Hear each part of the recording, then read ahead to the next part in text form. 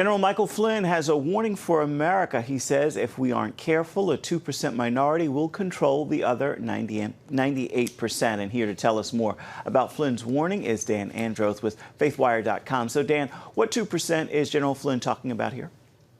Yeah, well, General Flynn is referring to what he called a small group of passionate people working hard to destroy our American way of life. He seemed to be describing the increasingly visual and vocal group of people who are sort of tearing down monuments and attempting to basically engage in cancel culture and cancel every bit of American history they can find. And we've seen that not from just Confederate statues, which were the initial targets after the death of George Floyd, but that has expanded since we've seen Christopher Columbus, we've seen Abraham Lincoln, George Washington, and as you mentioned earlier, even Frederick Douglass, a statue of him was defaced over the 4th of July, which boggles the mind. But that seems to be the group that he's referring to, similar to what the president referred to in his speech over the holiday weekend.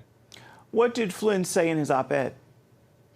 Yeah, well, he warned Americans not to cave to this pressure. And he said that there was treason and treachery that was being rampant, and our rule of law and those enforcement professionals who uphold our laws are under the gun more than any time in our nation's history. And he said that those 2% appeared to be winning.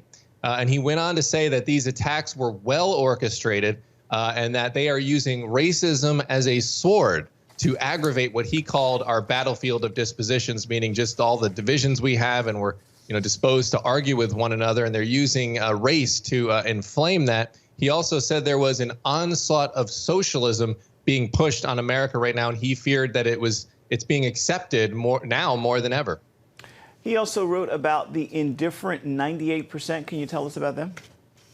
Yeah, well, he's kind of referring to us being the silent majority, or those who don't agree with those views that are being pushed, that he calls the minority. And he thinks that the larger portion of the country are in disagreement, but are largely being silent. And so he urged people to speak out and say, we cannot just let this run roughshod, or else we're going to find ourselves having people that view those minority views in power, and we're going to be following their rules. Dan, you also say something mentioned about the people of light and the people of darkness, and it points to something deeper, more spiritual going on here? Yeah, I mean, the language he uses in there, and he references God several times, but the language he uses definitely echoes Thessalonians 5, in which Paul, discusses people of the day versus people of the night, and describes that, he wanted Christians to be people of the day who would be awake, sober-minded, alert of the spiritual warfare that was going on, while people of the night sort of weren't living with any eternity in mind and engaging in all kinds of things antithetical to the gospel. And so he used that language, and it very much echoed Thessalonians 5, and I think it's a good reminder for us all as Christians to try to be people of the day. All right, Dan, does he think this has gone beyond concerns over racism in America? Yeah, I mean, I think, as I mentioned before, I think he views this as a bigger push. When he says well orchestrated, I think he's referring, to these organized protests.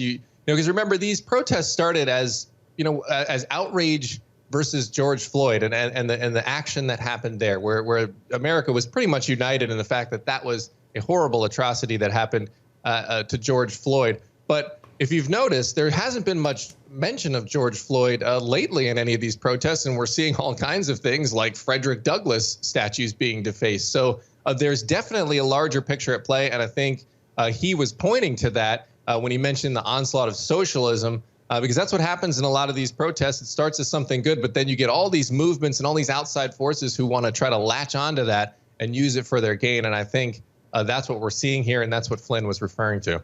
All right, Dan Andros with faithwire.com. Thank you so much for bringing us this story. All right, thank you.